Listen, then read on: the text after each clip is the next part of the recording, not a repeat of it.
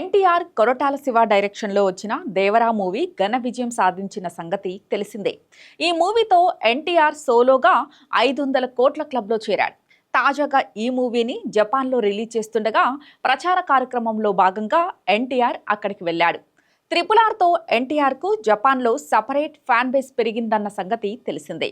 దీంతో ఆయన ఎక్కడికి వెళ్ళినా వేలాది మంది చుట్టుముట్టేస్తూ అభిమానంతో ఉక్కిరి బిక్కిరి చేసేస్తున్నారు. కొందరైతే ఎన్టీఆర్తో కలిసి డాన్సులు చేస్తూ ఉర్రూతలూగించారు.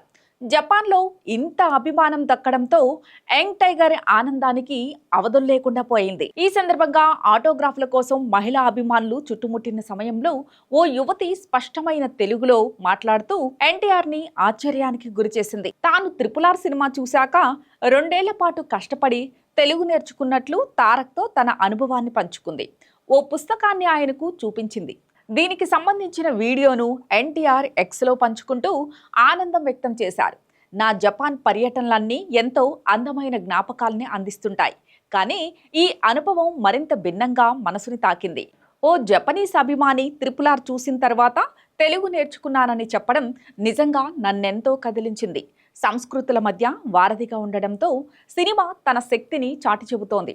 ఒక అభిమాని తెలుగు భాష నేర్చుకోవడానికి సినిమా ప్రోత్సహించిందని చెప్పడం నేను ఎప్పటికీ మర్చిపోలేను. ఇలాంటి వాటి కోసమే మన భారతీయ సినిమాని ప్రపంచవ్యాప్తంగా తీసుకెళ్లేందుకు ప్రయత్నిస్తున్నాం అని తన పోస్ట్లో రాసుకొచ్చారు ఎన్టీఆర్. ఎన్టీఆర్ జపాన్లో తన భార్య లక్ష్మీ ప్రణతితో కలిసి పర్యటించారు. అక్కడే ఆమె పుట్టినరోజును ఘనంగా నిర్వహించిన ఆయన అందుకు సంబంధించిన ఫోటోలు షేర్ చేస్తున్నారు. హ్యాపీ బర్త్డే అమ్ములు అంటూ భార్యను తన ప్రేమను చాటుకున్నారు ఆయన. ఇక ఎన్టీఆర్ సినిమాల విషయానికి వస్తే తారక్ ప్రస్తుతం హృతిక్ రోషన్తో కలిసి హిందీలో వార్ 2 చేస్తున్నారు. అలాగే ప్రశాంత్ నీల్ దర్శకత్వంలో ఓ చిత్రంలో నటిస్తున్నారు. ఆ తర్వాత దేవరా 2 సెట్ మీదకి వెళ్లనుంది.